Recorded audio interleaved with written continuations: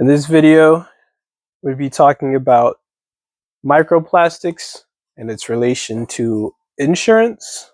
It's something that's not talked about a whole lot when it comes to insurance, but it is important as most things economics, if not all things economics. Economics and its role in everyday life is something we as Americans don't really attribute to each other. We see them as two distinctly separate realms, but that is a topic for another video. Right now, I'm just sticking to microplastics. Now, this is coming from Swiss Re, which is I don't know if it's the biggest, but it is a global reinsurance company. It's been around since the 1850s, I believe. So coming up about 200 years. The issue comes from widespread use and poor disposal. Its effects are shown in increased litigation, specifically here in the US, but it is a global issue. Scientific revelations and ever-changing laws about potential harm and where they're coming from can lead to environmental and product liability claims against plastic producers, users, and managers. Users is important because there is a world where littering, specifically of plastic bottles, maybe not one or two, but a good number, and same with plastic bags, or just disposal, improper disposal of such. Individuals themselves, me and you, can be brought to court on environmental claims. Claims generally fall under casualty claims. Examples of casualty claims would be public nuisance, false labeling, greenwashing, which is misleading information about environmental impacts of a product. The term big plastic is being used more and more today, referencing big tobacco as an industry and the litigation that followed suit. If adverse health impacts are established, this could lead to more workers' compensation and product liability. Now, under life and health insurance, claims could be proven true in terms of plastics leading to mortality and morbidity. Plastic pollution can negatively affect property values and investments in water. This is me speculating, but I think this could also be grounds for life and health insurance claims. Yeah, negative impacts to water.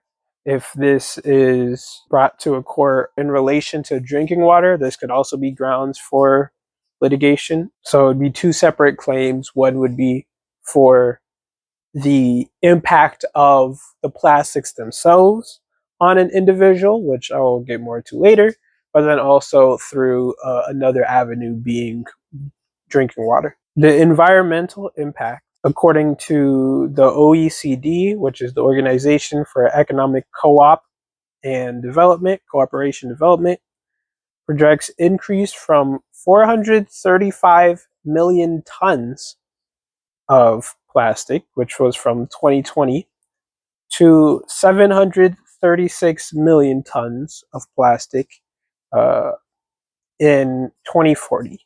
A lot of this plastic generation is coming from fossil fuel production, which in itself is a issue when it comes to climate change, and then inadequate disposal practices.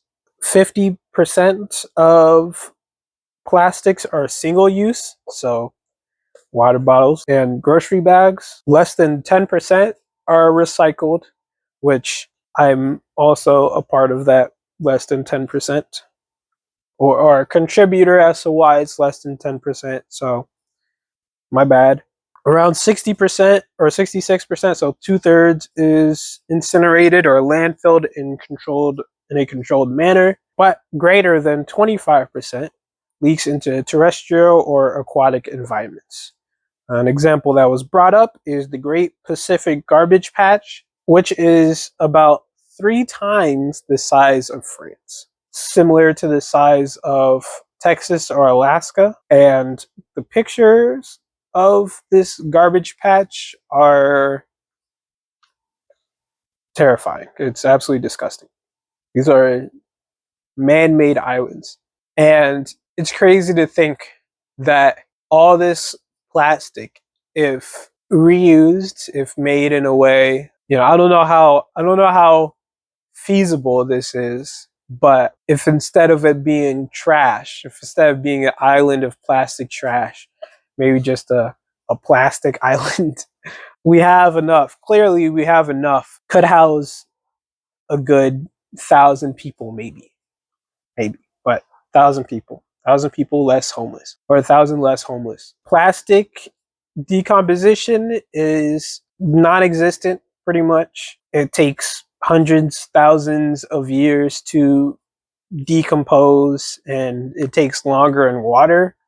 So in relation to the garbage patch, that is pretty much never going to go away, not by natural means. So you have microplastics, which is less than 5 millimeters, and then nanoplastics, which is less than zero point 0.1 millimeters. So you're already micro, you're not seeing. Nano, you could assume, largely from tire wear and paints.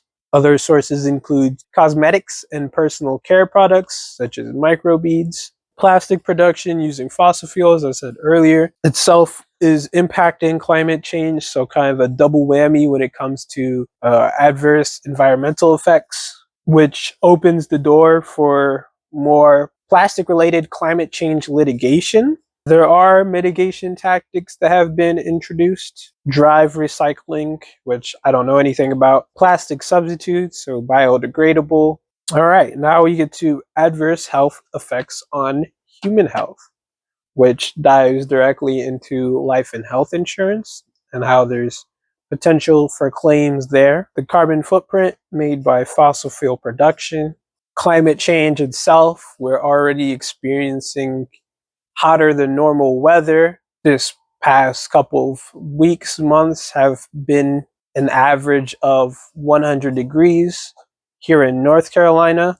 I know other places are even worse. And currently, as of 2 days ago, there is another fire in California. And it seems as though there's potential for it to be just as strong as the other ones we dealt with recently. So we literally have a state on fire.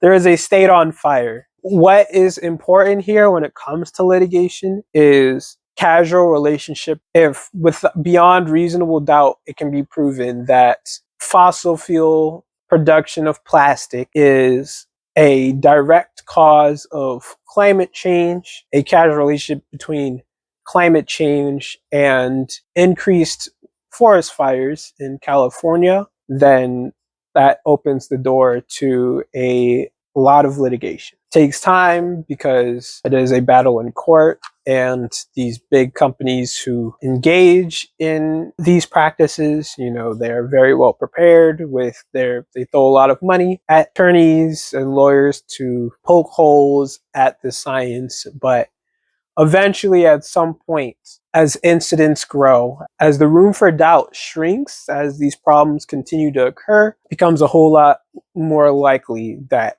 the laws favor that of the prosecutors as opposed to the defendants. Chemical additives for plastic, they cause harm when introduced in the environment and when they're consumed. Some of these chemical additives being and polyfluoroalkyl substances, PFAS, or bisphenols, which are used to make softeners, plasticizers, but overall to prolong the life of plastics. They're endocrine disrupting chemicals, which means they affect hormonal process of the body, includes digestive, they affect fertility, and they also have links to neural disabilities.